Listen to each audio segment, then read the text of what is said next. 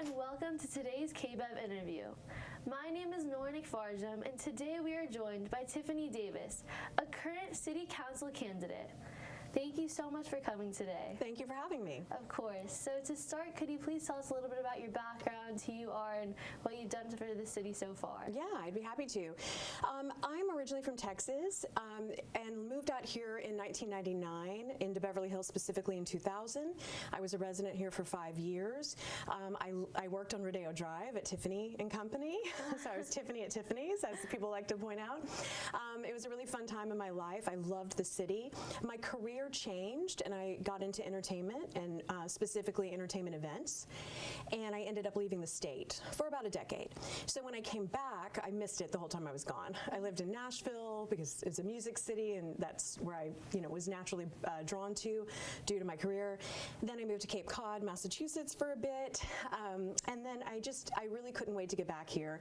And when I did, by then I was running my own company, and because I was business-minded and I wanted to get involved in the business side of the city, I joined the Chamber of Commerce and got very involved in the chamber and remained to be involved in the chamber, and that actually led me to Next Beverly Hills, which is a city committee and probably best known for producing Next Night Street Festival, among other things that committee does, and I eventually became chair of that committee. So in the past 5 years, I've been extremely involved in the Chamber of Commerce, Next Beverly Hills, other smaller committees like the Small Business Task Force, things like that.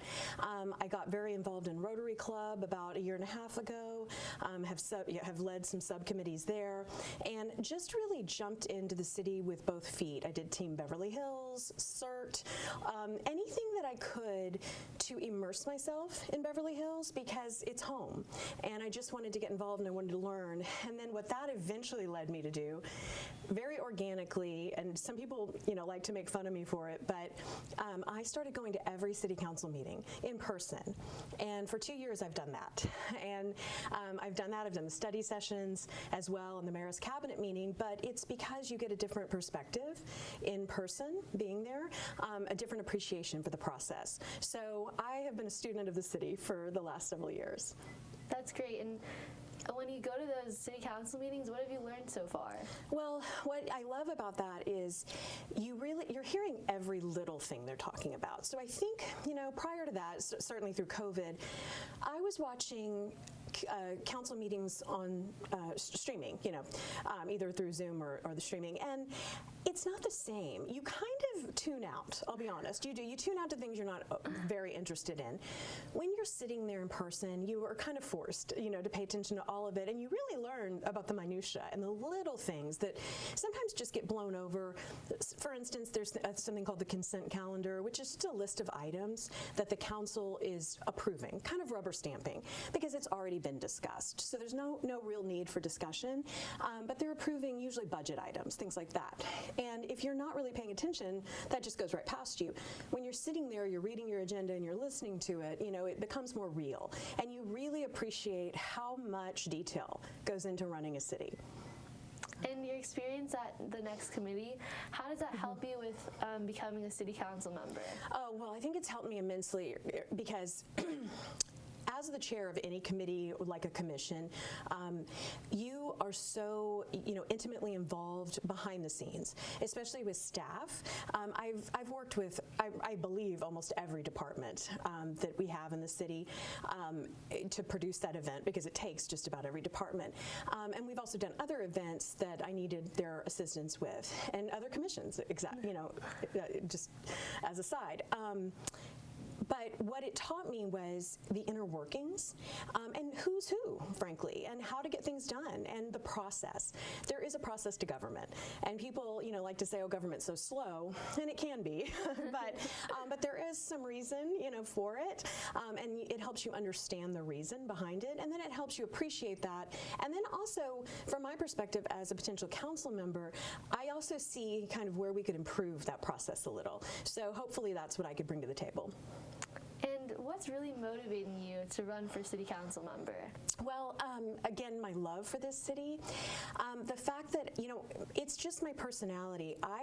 No matter what I've done in my life, I've always been involved in things. I've always jumped into various clubs, organizations, and I cannot remember one that I didn't end up leading. So it's just in my nature to look at it from the vantage point of how can I make this better. That's exactly what I'm doing now. I see room for improvement in a lot of areas. I see how I could help, as I know there's many that can, but I know that I could bring a lot of passion, a lot of energy, a lot of knowledge outside of Beverly Hills that I think could help, and just the desire to do better and to put the work in. And you mentioned before that by working on these committees, you've noticed some improvements that you'd want to make. So could you list a couple of improvements or changes you'd want to make if elected? Yeah. I do think that the communication between council and what goes on at the city staff level, between those two groups, excuse me, and the community could be improved greatly. I think that one of the things in city government that happens is there's a lot of talking in acronyms and lingo that people don't really understand. And once you start to lose them, they tune out and then they don't care as much. And I think we have an issue with that right now in our community, a little bit of a lack of concern for things until it becomes an issue that they don't like. And then they want to pipe up, but it's usually a little too late. I want them involved in the process from the very beginning, and I want them to understand what's going on. So I think one thing we can improve is the communication style between council, staff, and the community. Got it. And are there any technology initiatives that you'd want to implement to make sure that our city is staying on the top tier of technology as our world is consistently growing?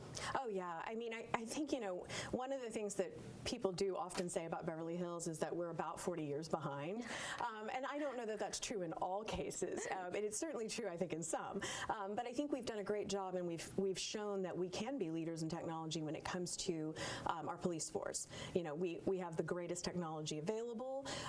Everyone comes to visit us to see how we're doing things. Well, I think we could apply that across the board. So I think there's a catching up a little bit, but I do think that the staff is on it. I think people realize that we need to become a smart city, so to speak.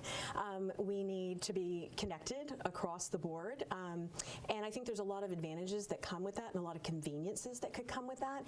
And I was once asked a couple of years ago what my definition of luxury was. And my answer was convenience. And so that could be convenience parking. It could be convenience, maneuvering the city, even for tourists, not just residents. And I think that comes with technology. Yeah, that's great to hear. Mm-hmm. And also, with the rise of crime rates and public safety, how do you plan to face this challenge?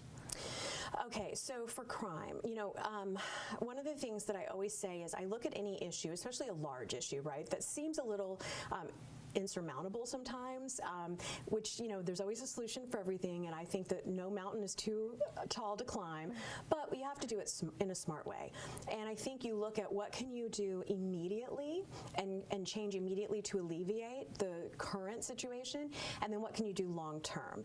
And so immediately with crime, I have spoken about this often, that I want to see more of our private security officers on foot, because I think there's just a general fear, or if not fear, an uneasiness with our residents when they're out shopping and dining and walking to their car, especially in commercial areas.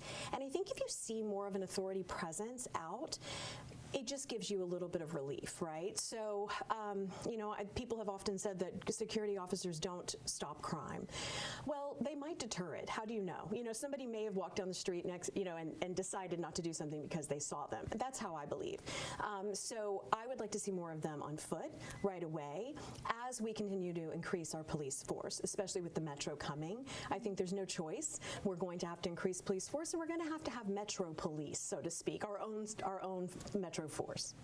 Yeah, I definitely resonate with a lot of what you said.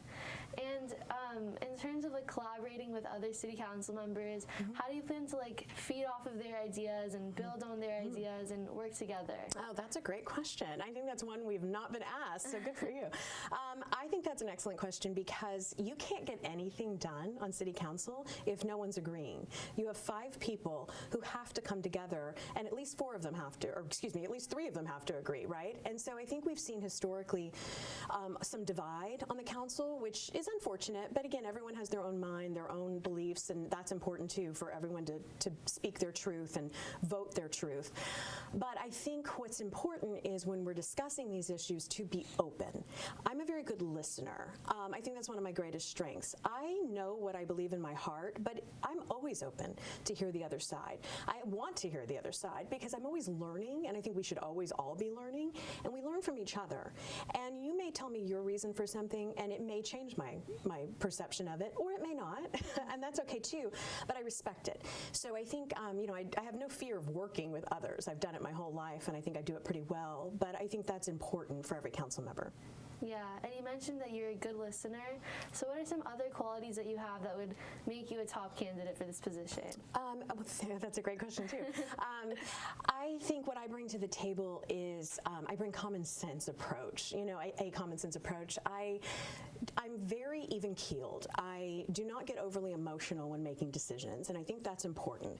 You have to be able to step back. You have to be able to look at what is for the greater good here. You're representing the whole city, not just your personal beliefs. So I think that if you can step back, look at anything very objectively, truly do the research and the homework, truly listen, you will always make good decisions, the best you can with the information you have. So I bring that to the table for sure.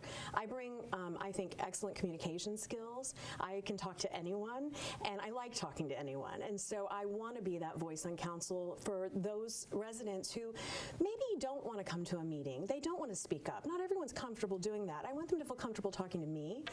I would be glad to pass on their concerns or address those concerns in the appropriate way. But I think communication and bringing this community together again, because we're very divided right now, which I hate to see, because we're a small community, and we should really be more together than we are. And we have a couple of issues that have divided us, so I think I could really help mend those fences. Yeah. And then within our community and the residents, how do you plan to take feedback from the residents and actually implement it? Oh, great question too. So I am accessible in any form, right? Personally, and I want to see our city be accessible that way too. One of the things I hear from a lot of residents is that they're not really sure how to lodge a complaint or ask a question or just find information. And I know staff is working on a redesign of our website, and hopefully that helps. But I think there are so many layers to government, and it can be very intimidating. Like we talked about earlier, they're not really sure what they're looking for sometimes, or who to talk to.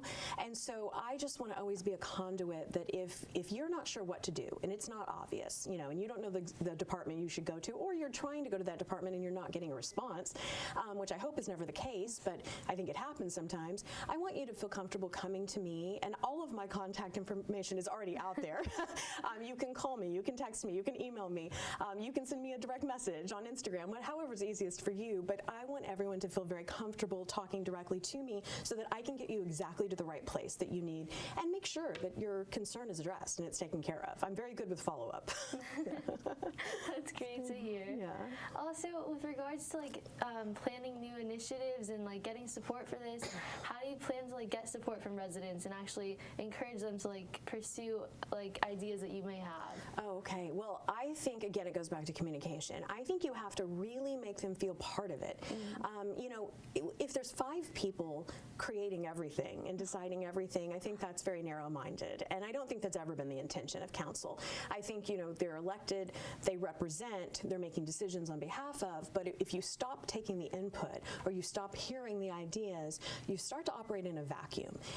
And I do think that there are some residents that I've heard from who feel like we're a little bit at that point maybe. I don't think that that's because anyone has tried to make it that way. I think it's because it's naturally what happens when you have the same group of people together for a long time. Ideas start to just circulate in a bit of a, like I said, bit of a vacuum, and you kind of lose perspective sometimes, I believe. So I think think that it's good to have fresh blood.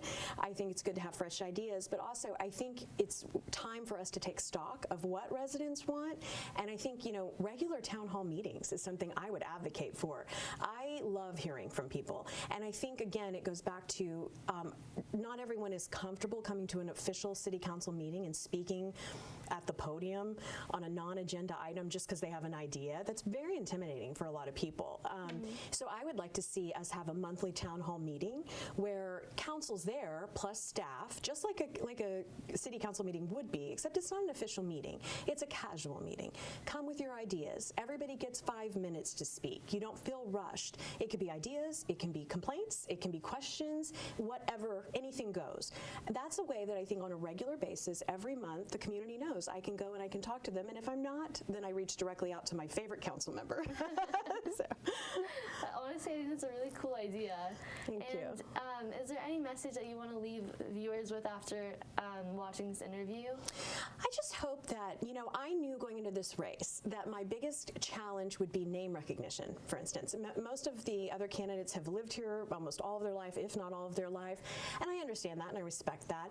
I hope that everyone's open-minded enough to really read my website, read what I'm about, learn about my background, and understand what I'm bringing to the table is all for the good of Beverly Hills. It does offer a fresh perspective, and I'm extremely respectful of the past. My slogan has been preserving the past with a fresh look to the future, and I mean that. I want to celebrate our past. I want to move forward in a very planned and thoughtful way, and I know I bring the skills to the table to do that. So I just hope everyone will take me seriously as a candidate and not just assume, oh, she's newer, we'll skip over her. Because, that I knew that going in was going to be one of the hurdles. But I have had great feedback so far, so I'm optimistic.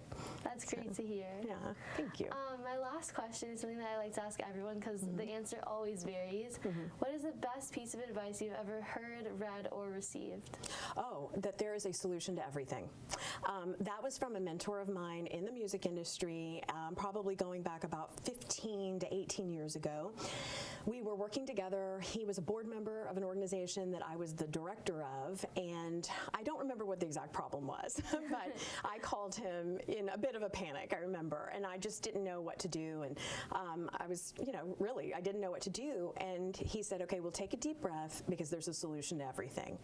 And he said it often after that, and it always resonates, and I pass it on to people I mentor, because I mentor a lot of high school, college, and young professionals in their career, and I try to explain that to them as well so that they can take a deep breath whenever they're in a situation that they don't know the answer to, and just know there is a solution. Maybe it's not obvious right away. I feel that way about the city. There are solutions to all of these issues. We just have to take our time, and we have to come together and really think it through and be thoughtful and open-minded to all the potential solutions. Well, thank you so much for joining us today, and I wish you the best of luck on your election. Thank you so much. Of course. It was a great interview. I appreciate it. Thank you. Thank you. Thank you so much for watching today's KBEV interview. My name is Nora Nikfarjam from KBEV 6.